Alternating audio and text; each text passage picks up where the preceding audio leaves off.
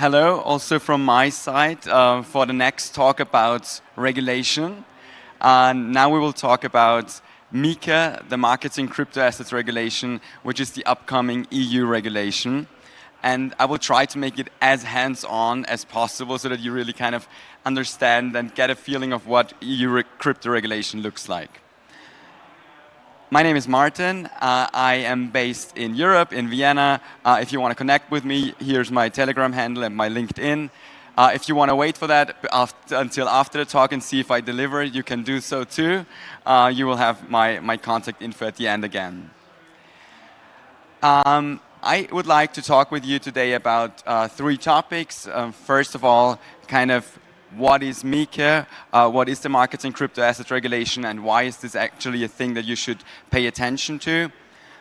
Then operating a MiCAR licensed business, what does it actually mean for you? And at the end, also, MiCAR is a regulation and it brings challenges, but it also brings opportunities. And I would like to have a look at those opportunities together with you. So first of all, what is MiCAR and why does it make sense to have a look at MiCAR?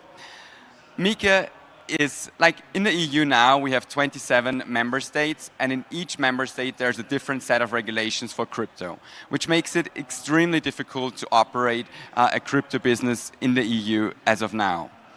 With MiCAR, this will change because there will actually be a uniform EU regulation for crypto assets and for crypto asset businesses. So MiCAR could actually be a golden ticket for you to enter the EU market with access to more than 450 million people. So that sounds pretty good, I think. And who will be actually affected by MiCAR? Or in other words, what is the scope of the Markets in Crypto Assets Regulation? I like to think about it as kind of two pillars. On the one hand, you have the pillar of issuers of crypto assets that fall under the scope of MiCAR. There could be issuers of unbacked crypto assets, asset reference tokens, and e-money tokens. And what those tokens actually look like under MiCAR, we'll have a look on the next slide. And service providers in the context of crypto services. So those service providers could provide classic services such as custody, exchange for crypto funds, exchange for fiat, or also portfolio management, advice to crypto, or anything like that. And both of them, like service providers that provide any services in terms of crypto assets and also issuers of crypto assets, will have to comply with the regulation of with the rules and regulations set forth in MiCAR. Equally important as what is in scope of MiCAR is what is not in scope of MiCAR, and in a lot of cases, this might even the more challenging question, kind of how do I structure my business in a way that I do not fall within the scope of MiCAR, especially if it's an edge case. I put on a slide here a few of the buzzwords that you probably already heard, and kind of everyone says it's outside of scope of MiCAR or it's inside of scope of MiCAR, and I think a lot of those things actually depend on the concrete use case. And the most important thing here is DeFi. On the one hand, MiCAR is a regulation that actually addresses issuers and service providers, so like centralized entities. That means that if you operate a business that is totally decentralized, you do not fall within the scope of MiCAR. But then the question arises, what is actually decentralized in the sense of MiCAR? And that is a very hard question to answer, because MiCAR just outlines in its legal text that if you are fully decentralized, you do not fall within the scope of MiCAR. But no one actually says what full decentralization looks like. So, like from a practical point of view, what we've seen in practice is that regulators tend to look at the different cases, kind of whether there is, for example, a labs corporation that gets revenue from the project, and then also kind of has a management, pays salaries, etc. If those things are there, and if you have like this corporation, if you have like a body that works for the project, it might be the case that regulators will see that, or will argue that your project is not fully decentralized. So what we did here in practice is had rules and regulations in place to really make sure that decisions are being made on a fully decentralized level by way of governance votes or something like that, to make it very clear to the regulator that projects are decentralized and therefore do not fall within the scope of MiCAR or existing supervisory regulation. Another thing that is not part of MiCAR is actually security tokens, so everything that falls under the scope of TradFi, of traditional financial instruments, will not be covered by MiCAR, but by existing regulation. Equally important is also the exemption that mere tech providers do not fall within the scope of MiCAR. Here again, it very much depends, for example, if you provide a custody solution, whether you have, for example, the private keys and you hold those private keys for someone else, then you might provide custody services under the scope of MiCAR, or if you really only provide the tech, then it could be the case that you do not fall in the scope of MiCAR.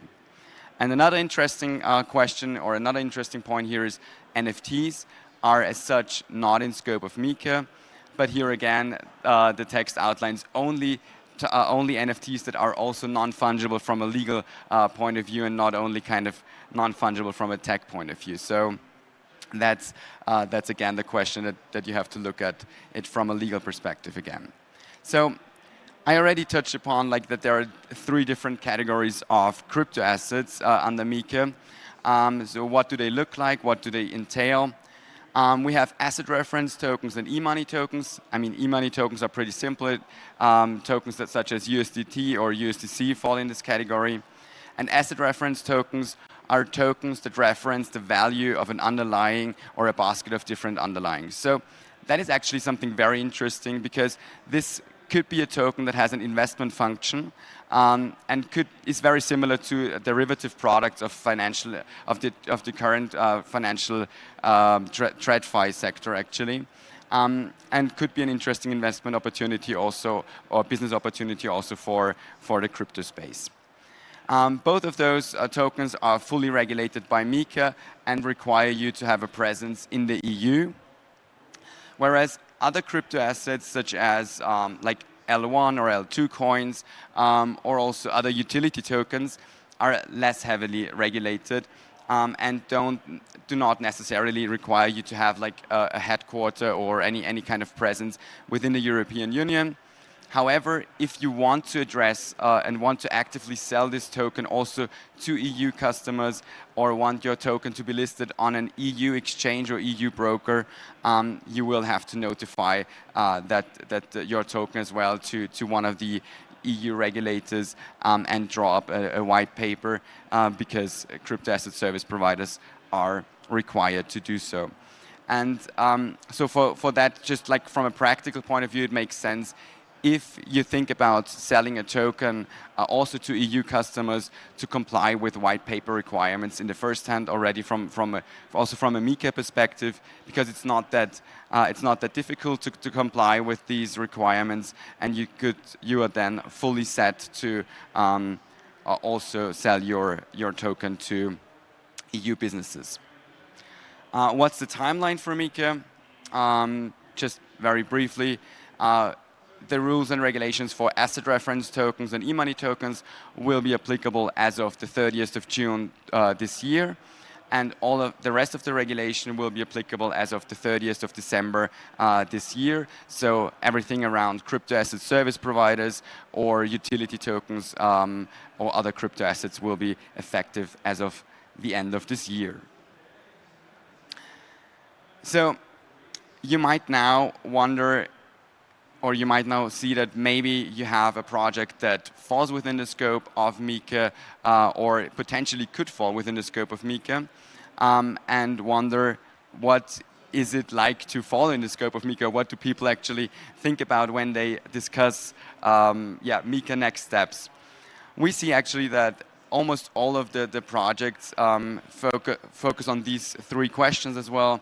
Kind of the first one, if you're a crypto asset service provider, should I still go for a national registration as a virtual asset service provider, for example, now, and then transform this virtual asset service provider registration into MiCAR, into a crypto asset service provider license. Here, it very much depends on what you're doing and kind of how fast you want to be active in the EU, whether this still makes sense, or whether you should just simply wait for a MiCAR and go straight for a MiCAR license. The second question that we discuss with a lot of different projects, and this is probably the more interesting and more important question, is the choice of jurisdiction.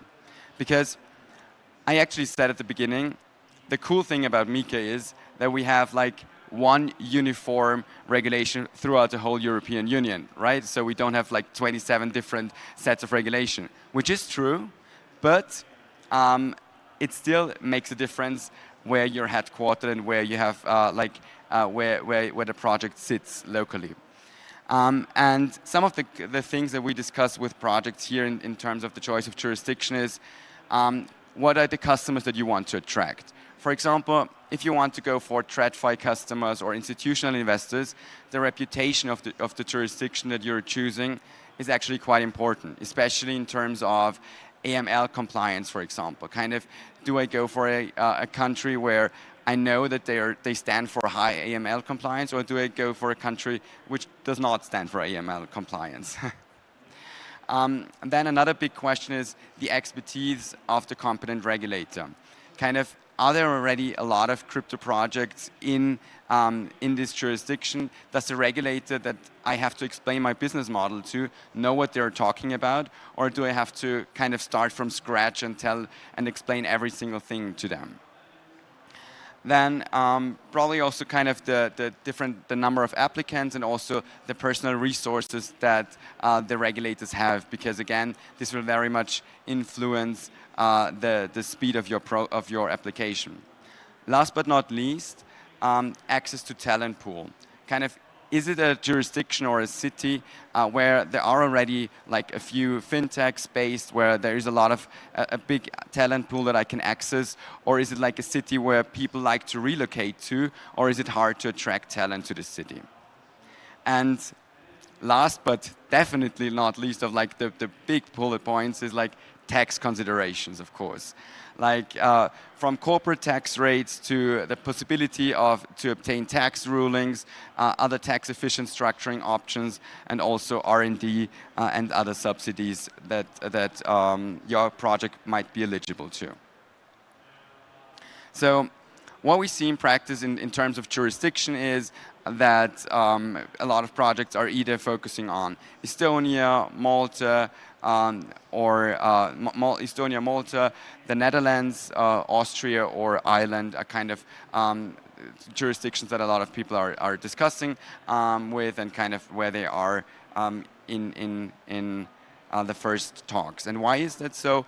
Especially Austria and Netherlands might be surprising to some of you, but this is especially the case because only the Austrian and the Dutch regulator published a roadmap to MiCAR a few weeks ago, where they already outlined kind of when they will accept MiCAR applications, that it is already possible to pre-align documents with the regulator, so that you can actually be one of the first ones to obtain a MiCAR license. So because if you think back, MiCAR will be applicable for crypto asset service providers, for example, as of end of this year.